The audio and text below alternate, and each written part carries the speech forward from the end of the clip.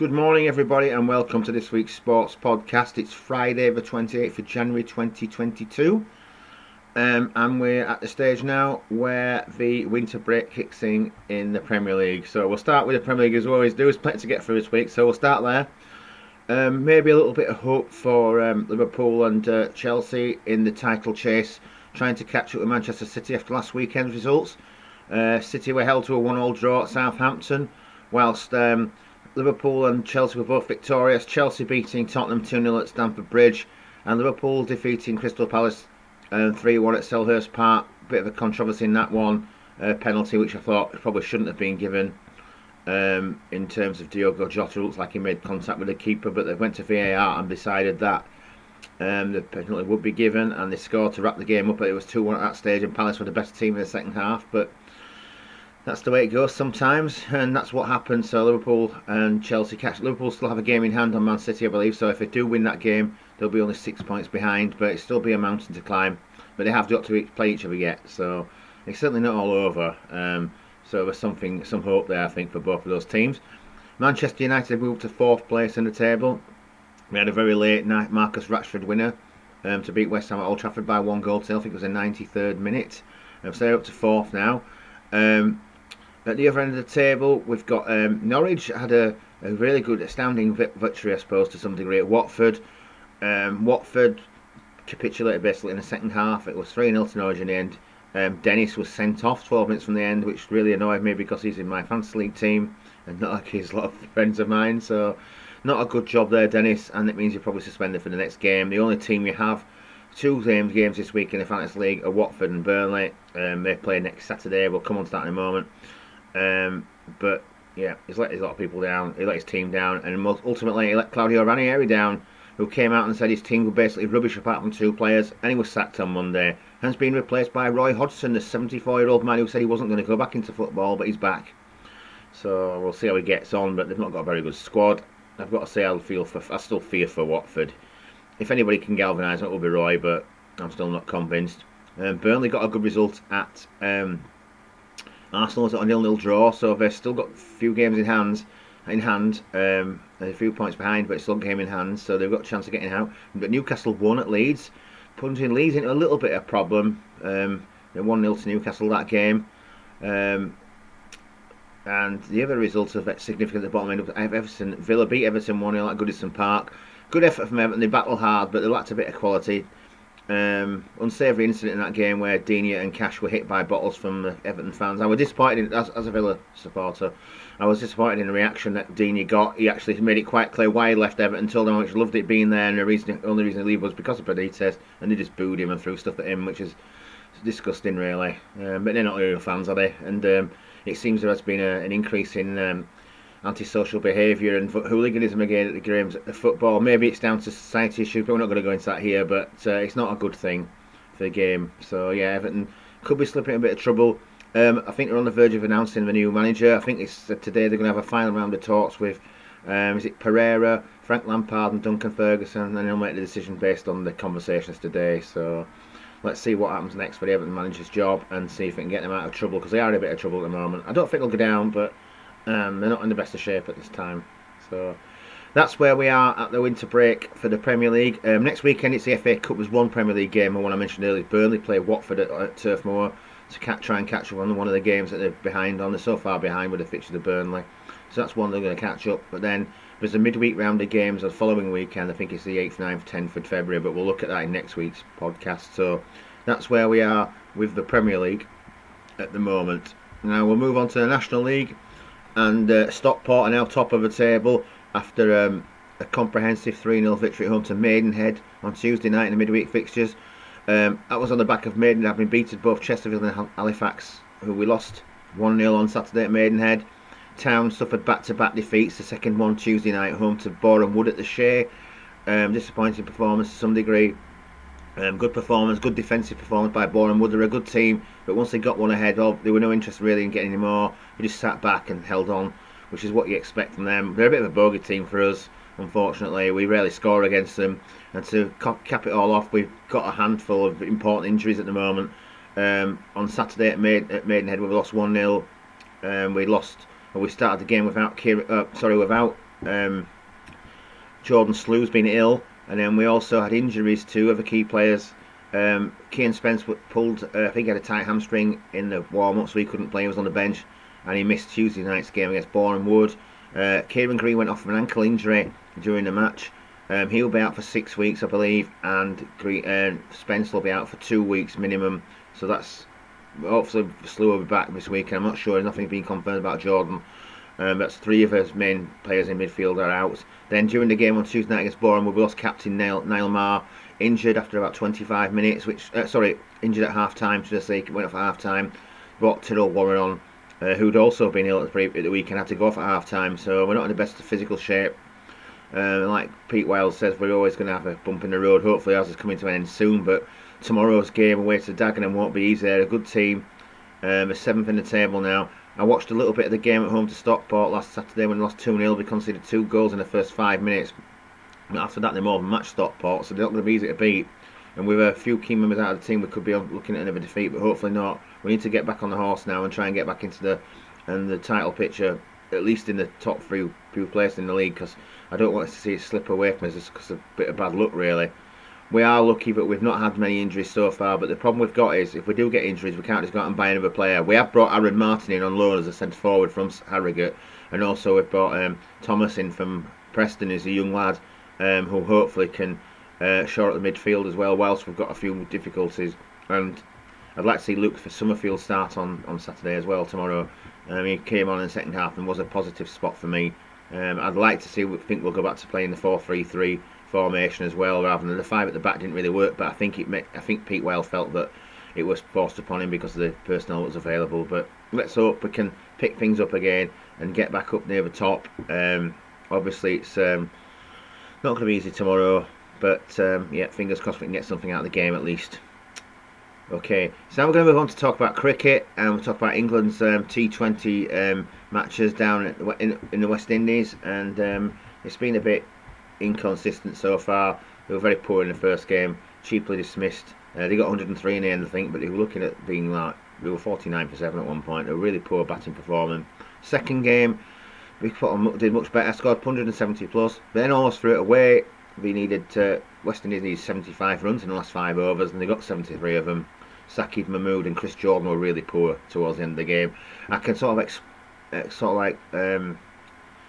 let Mahmood off a little bit. He's an experienced player, but Jordan, it was a repeat of what happened in the semi-final of the T20 World Cup, where he cost us a match basically. We were conceding 23 runs in over. He did the same again. He was really poor. Somebody supposed to be a specialist death bowler was very poor. His batting was great. He was a top scorer, I think, in the first match on Saturday. Got 28. He also got 27 on Sunday in the second match. But whilst at least we won, I think Morgan obviously felt that he hadn't performed well. He dropped both of Mahmood and Jordan for the next match. Then we also had the problem with Morgan not being fit enough to play in the third match himself. Liam Livingston didn't play in the first 2 matches. He's been poorly. Apparently he's had some kind of acid reflux, esophagitis type thing. I know all about that. It's horrible condition. I've suffered with acid reflux and take tablets for that. But he came back into the third one, but he didn't look himself. He got 11 runs and a wicket, but he wasn't anywhere near like his normal self, really. He managed 1 big 6, but that was it. And we lost the third match as well. That was mainly down to a fantastic innings by Rovman Powell for the West Indies. I think he's got 107, something like that. Seen him play plenty of times before. He's never really done anything, and he scores 100. T20 is one of those games where it seems like anybody could fluke 100, to be honest with you. Moeen Ali can't even fluke a run at the moment. He was the captain in the third game. Again, he's been really poor. He got a 0. He got a first ball duck in the first game. Second game he got 31, but should have been out twice before he was out. He got dropped by 2 dolly catchers, and he got a second ball duck in the third game. He was captain. Maybe the pressure got to him, but even so, as an experienced cricketer, he's retired from Test match cricket now. So you'd like to think he'll be able to kick on in the white ball game. That's the whole point of doing it, as far as I can tell. But we'll see how it goes. Anyway, England are 2-1 down in the series so far, and the last 2 games are Saturday evening, Sunday evening, both on BT Sport. I think they probably both start at 8 o'clock, as all the other 3 games have done. So if you want to watch it, that's where you can catch it. BT Sport, I think probably BT Sport 1 it'll be on, but I haven't checked. In women's Ashes cricket, England need to win this Test match to try and take the grasp of the Ashes away from Australia to win them back. It's not going particularly well at the moment. They made a promising start to the England women. They won the toss and put Australia in. They were 4 for 2 at one point. Eventually they got to 337 for 9 declared. Meg Lanning was the top scorer with 93 for Australia, and we also had 86 for Haynes. They were the two main batting stars for Australia. Good performances with a ball from Catherine Brunt. She got 5 for 60, and Nat Sivers took 3 for 41. So at least it kept England in it, but then England's batting wasn't very good to start with. They struggled to get going, and basically what happened was we were 169 for 7 at one point, but Heather Knight's been the backbone of the innings. She scored 127 not out at them, but she's still in. There were 102 runs behind with 2 wickets left. She's still got Sophie Eccleston with her, batting at number 10. She's 27 not out, so they put on 66 for the 9th wicket. Like I said, 169 for 8, before they came together. But there's still 102 behind with 2 wickets left. They're going to struggle to win this game. If they don't win it, we can't win the Ashes. So they're going to keep trying, I'm sure, but they're a little bit up against it, I'll say. So not promising for us. Before we move on from cricket, I just want to mention it's not too far away now to the start of the local league season, I suppose. We've got a couple of months to go, and teams are starting to go back to the nets and prepare for the season. So don't forget, if you are interested in a local league, remember to follow Halifax Cricket League on Twitter. They're a good source of information for all the teams in the local league. Obviously, I get information from the guys that I know, like Steve Jordan at Strawberry Bridge and Simon Collins up at Bradshaw, and I keep up with what's going on with people I know at places like Out Lane and at South Arham as well. So if you've got anything you want to add about local cricket, just let me know. I'm quite happy to talk about it. And like I say, Halifax Cricket League keep everybody well informed on Twitter. Okay, now we're going to move on to talk about the NFL, and we're at the semi-final stages on the road to the Super Bowl. And this weekend we've got 2 games on Sunday. A few surprises last weekend. Top seeds went out. Titans, Packers, 2 of the more fancied teams from the season were eliminated. The Bengals have got through. The games were really tight last weekend. I think 3 out of 4 games either went to the last kick or last minute in 3 of the games, including 1 in overtime. And the Bengals have got through. Neil will be happy about it. Neil Barraclough, he supports the Bengals. They haven't had much success in recent times, but they're through, and they'll face the Chiefs, who are probably now the favourites to win it. I haven't looked at the odds, but I'm pretty sure they'll be the favourites to win it. Patrick Mahomes and crew, can they put an end to this run from the Bengals, or can the Bengals put one over on them?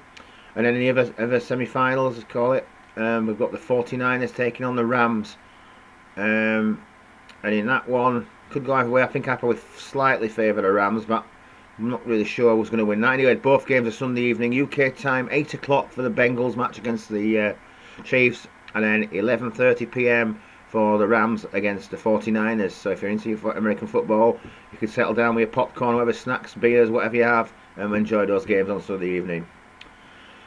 And we'll see what happens toward the Super Bowl, which is on Sunday the 13th of February. Okay, moving on now, and we're going to talk about tennis, Australian Open tennis. And we're at the stage now, we know the finalists for the women, and we know one of the finalists for the men's tournament. Ashley Barty will take on Danielle Collins of the USA. Home girl Ashley Barty will be the favourite, I'm sure, simply down to the world rankings, as well as the fact she's on home soil. And many people fancy to win. The pressure may get to her. I don't know much about Danielle Collins. I haven't watched any of it, but she's obviously done well. I think she was a 27th seed, so she's done really well to get to the final. In the men's competition, Rafa Nadal beat Marco Berrettini earlier on 3-1, so he's into the final. On the early hours of Sunday morning our time. Obviously the women's one's tomorrow morning, Saturday morning. He will be facing either Stefanos Tsitsipas or Daniil Medvedev. At the moment, it's 1 set all. I just looked at that a few minutes before I started this podcast, and it was 1 set each, so it could go either way there.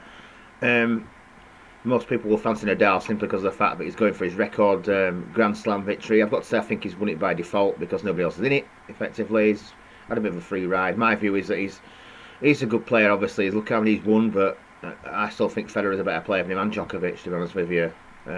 It's just that he's had fortune when he's had all these French Open wins, and it's just gone his way a little bit. But anyway, we'll move on from that. I think Nadal's probably going to win it, but you never know. I think Medvedev's got experience. He's won it. I think he's won one before, so he may have a chance of beating him. But we'll see what happens in the final on Sunday, and we'll report on that next week. Okay, this weekend sees the start of the Championship season in Rugby League in the UK, and Halifax have their first game away of the season away on Sunday. I think it's a 3 p.m. start at at Batley. Won't be an easy game. Batley are a bit of a bogey team for Halifax in recent times. I think Halifax are fairly confident, got put together a decent team for this season. It's difficult to tell. They've performed okay in the 2 warm-up games, but it's hard to tell when they're playing Super League teams. They've had a hefty-ish defeat at home to Wakefield in the Grix Grix testimonial match, and then they lost 32-10 on Friday at Salford, but it was away. So any of you Halifax Panthers fans out there who've got anything they want to tell me about the team, how you feel they're going to perform, maybe give me a bit of a detail about how good they think they are, some of the players to watch out for, leave me a comment below, and we'll take it from there. But hopefully they'll do well this season. They had a good season last year, finishing 3rd in the league before exiting the playoffs. But no, they had a good season last year, and like I say, hopefully they do well again this year. And the Super League season, I believe, starts next weekend. But I'll do a preview on that as well if I get time during the week, and have some proper notes on it for next week's podcast. Okay, and then now we're going to talk about finally stock cars, and the stock car fixture list was announced last weekend. The key dates are the World Final is in September at Ipswich. It's not gone down too well in some circles because of the fact that Ipswich have a tarmac surface. It's out on the East Coast, right out down South East Coast really. And then they've got a meeting locally at Meldon Hall the night before, and then they've got the World Masters the day after at Northampton. They're both on shale, so you've got shale, tarmac, shale, which is a bit of a nightmare for the drivers. Have to take 2 lots of cars for the different surfaces, as well as the fact that travel for a lot of people. But one of the reasons for doing this is to say that it supports the drivers who have struggled, and they've always been supported well by the Dutch, and because of what's happened with COVID, they haven't been able to come over, so they want to like sort of hold out a olive branch, I suppose, to the Dutch drivers, and make sure they do take part this year and feel wanted and welcome here. So they've tried to sort of like accommodate them a bit better than perhaps they normally would. So we'll see how that goes. Bradford Odsal Stadium is under new management now. Steve Reese and Jackie have stood down, they've retired at Star Tracks. It's now Your Stocks. The Andrews family are involved with the Robson family. They've taken over the running of it, and the first meeting is on the 26th of March. The big meeting to look forward to is on the 25th of June, which is the British Championship. They've got a qualifying round on the 28th of May. They've also got the Shootout Series finale on the 13th of November, I think it is, something like that. And they've got the Formula 1 and Formula 2 one on there. They've also got the Formula 2 World of Shale meeting, but we'll come back to that later when we look in detail. But they're the main dates at Odsal this year. They've got 7 or 8 Formula 1 dates. They've also got several bangers, minis, there's a saloons meeting as well. So hopefully the problems with the surface are being sorted out as we speak, so we have a good racing service to go on. And it's only it's less than 2 months away to that first meeting at Odsal. The very first meeting of the season, the previous Saturday, I think it's the 19th of March, and that's at Kings Lynn. And then following that opening meeting at Odsal on the 26th of March, we've got a meeting at Easter as well. There's a meeting on Good Friday at Skegness, and I can't remember the Odsal ones on the Saturday, Easter Saturday or on Easter Monday. But they've got a meeting Easter weekend as well. So that's what's going on in the world of stock cars. I think that's about it for this week. So I hope you've enjoyed watching as always. Thank you for your support. I still enjoy doing this very much. And we've been going for about a year now, more or less exactly a year. So thank you for keeping on watching. And I'll see you all again next week. Until then, bye for now.